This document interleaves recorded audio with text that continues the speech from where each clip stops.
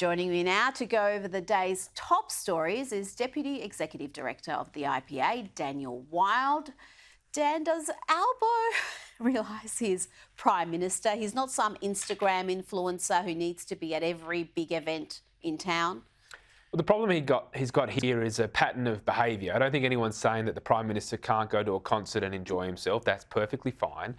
But remember back to the Voice to Parliament debate, he was at a Midnight Oil concert with the Voice Treaty Truth T-shirt dancing around. Now that came back to haunt him many times.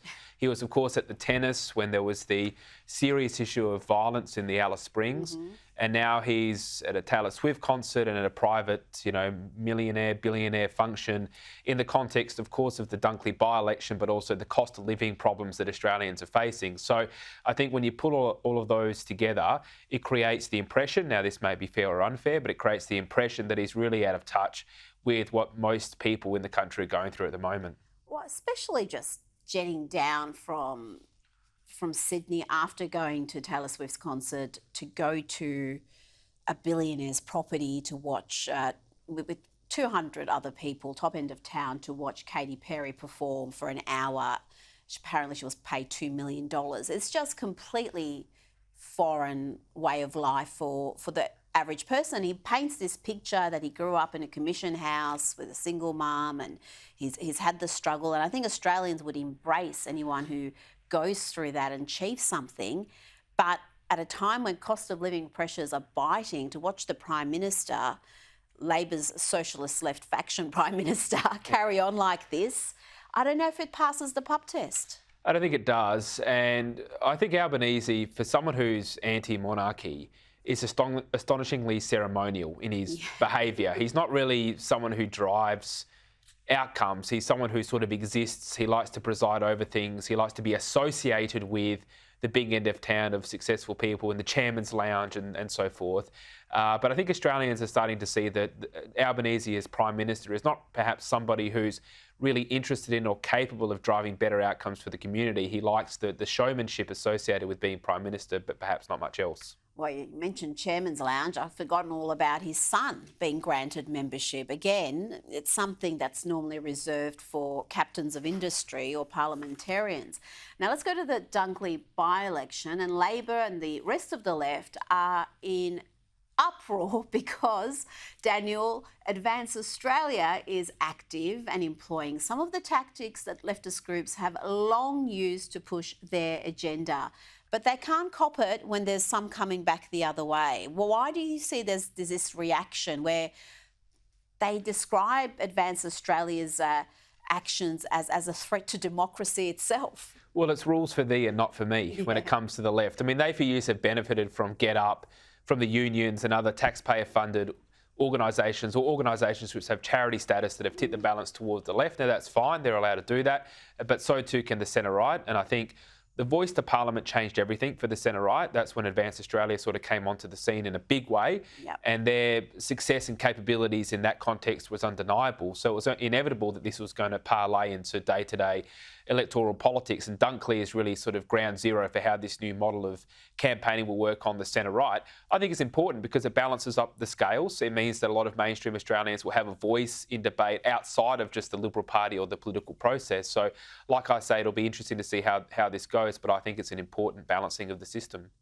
Now, we've seen the release of criminals from immigration detention. It's become a major issue for Labor. In the US, crimes committed by illegal immigrants is also a massive issue, particularly when the Biden administration has overseen more than 7 million enter illegally. The latest case to outrage the community is the murder of nursing student Laken Hope Riley, allegedly murdered by an illegal immigrant, but the media, including the Associated Press, referred to the man simply as Athens resident Jose Antonio Ibarra.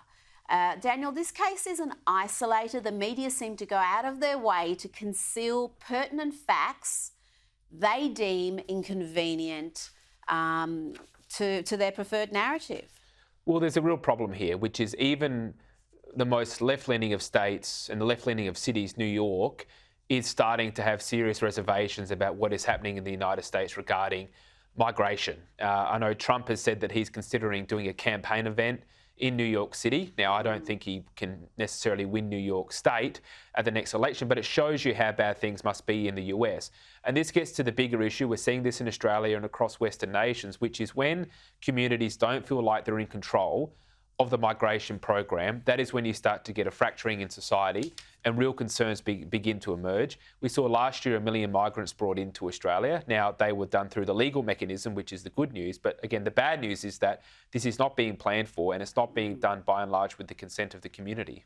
Well, no, if we had a referendum on migration levels, I think the results would be even clearer than the Voice referendum. But neither side wants that because both Labor and Liberals seem to want this big Australian model for us. Whether, Labor obviously wants to be bigger, but both of them rely on those high immigration numbers for economic activity. Now, staying in New York, the Democratic governor of New York appeared on MSNBC to say her sanctuary city is overwhelmed thanks to the massive influx of illegal immigrants. We are being so affected. We have 175,000 migrants who came here. They came here for a better life. They came here for a job.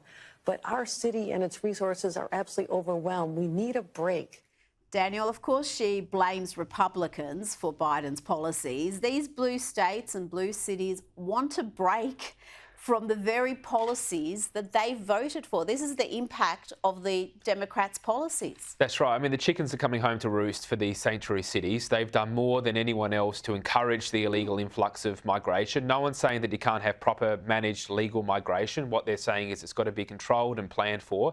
You look at millions of people that are coming through the US southern border. They don't know where these people are from. They don't know where they're going. There's no way of tracking them.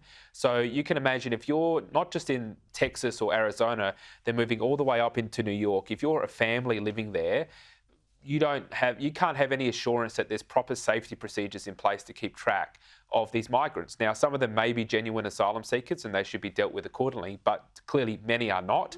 And this is a huge issue. Well, yeah, we've got a breakdown. We'll talk about this later in the week. There's a very interesting breakdown of what countries these illegal migrants are coming from.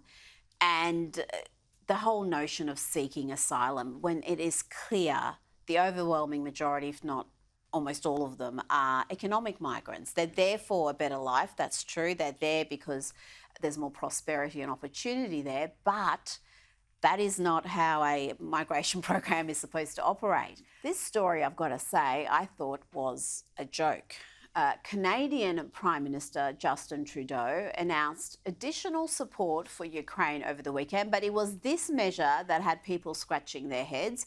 Canada will provide millions for, and I'm quoting here, gender-inclusive demining for sustainable futures in Ukraine. That includes, again, I'm quoting, establishing a gender and diversity working group to promote gender transformative mine action in Ukraine. $4 million devoted to that, Daniel. I'm having trouble understanding what that's actually achieving. Please explain it to me. I can't even understand what those words mean when they're put together. I mean, it's difficult to know what's woke and what's a joke these days, because the further you go down this rabbit hole, the weirder it gets. And this is the problem. When you carve everything up by identity politics, when you carve everything up by gender or race or ethnicity, you end up with these plainly ridiculous policies and ideas, and you have normal people that look at this that go, well, what does this mean? Isn't the main job to make sure people are safe and get rid of the mines? Why does it matter what their gender is? So my hope out of... So demining means we're getting rid of mining. It's not actually mining activity. I'm not even sure, is this promoting mining or getting rid of mines in a non-binary way? It is. I thought it meant like land. I thought it referred to land mines, but maybe it is actual... open cut mines, maybe it's but who knows? Land mines and not mining. Justin Trudeau needs to give us a few bit more details on this bit of craziness. Now, before you go, I don't know if you're a WWE fan, but they were in Perth. It was quite a coup for the city. It's a huge thing, the WWE. Yet one of the WWE stars was not too happy to be in Perth. I think he was playing a heel here. Logan Paul was ruthless in bagging the city. This place sucks, guys. I said, when they told me we were coming to Perth, I said, hey, we got to go to Sydney instead. I mean, even Taylor Swift went to Sydney instead of this dump. You Google like the top 10 things to do as a tourist in Perth. And number 1 is go visit an island full of rats. Not so different from you people, huh? We legit in the middle of nowhere. In the middle of the ocean. I swear to God, I'd rather be stranded in the middle of the ocean. I thought it was funny, but the WA Deputy Premier wasn't too happy. She's responded on Facebook. We won't bother getting into all that. But I mean, this is just part of the magic of the WWE. Are you a fan? Yeah, I used to watch it a lot, actually, back in the days of The Ultimate Warrior and those types. So I think it's sort of... The golden days. Those were the golden days. But yeah, I think you're right. He's playing the heel clearly there, and they do it well. I mean, I think the WWE, whether you like it or not, is one of the greatest entertainment sort of packages put together. So he did a good job at riling up the crowd and playing the part. I don't know whether the Deputy Premier understood that it was all a part of the act or not, but I think he's done a pretty good job of his acting and so forth there. I think so too. And Rottnest Island is a delightful place. So I'm glad he's raised awareness for the island with the overgrown rats. Daniel Wild, thank you so much for your time. Thank you.